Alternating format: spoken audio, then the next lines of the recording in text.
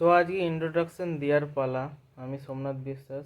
Graduation পড়ার পর আর আমার পড়া হয়ে ওঠেনি বিভিন্ন পারিবারিক কারণে, এবং নিজের জন্য আমি পড়তে পারিনি।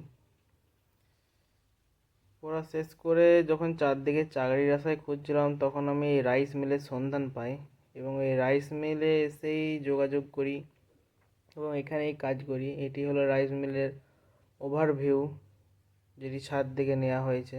দেখতেই পাচ্ছেন কি সুন্দর মনোরম পরিবেশ। এই পরিবেশ কি সুন্দর দেখতে লাগছে। আপনারা এরপর দেখতে পাবেন রাইস মিলে কিভাবে ওই চাল লোডিং আনলোডিং করা হয়। এটা হলো আনলোডিং করা হচ্ছে। ওই আনলোডিং করেই ধানকে নিয়ে যাওয়া হচ্ছে গুদাম ঘরে। গুদাম ঘরের থেকে এই যে এটা হচ্ছে ভ্যাপার, যখন স্টিম হচ্ছে স্টিমটাকে ছাড়া হয়, এই স্টিমটা ছাড়ার সেই মুহূর্তটি তুলে ধরেছি। আর এই চাল খাওয়ার জন্যে তো টিয়া পাখি এসেছিলো, কি সুন্দর দেখতে টিয়া পাখি। টিয়া পাখিও দেখা যাচ্ছে এইখানে। কি সুন্দর পরিবেশ, তাই না?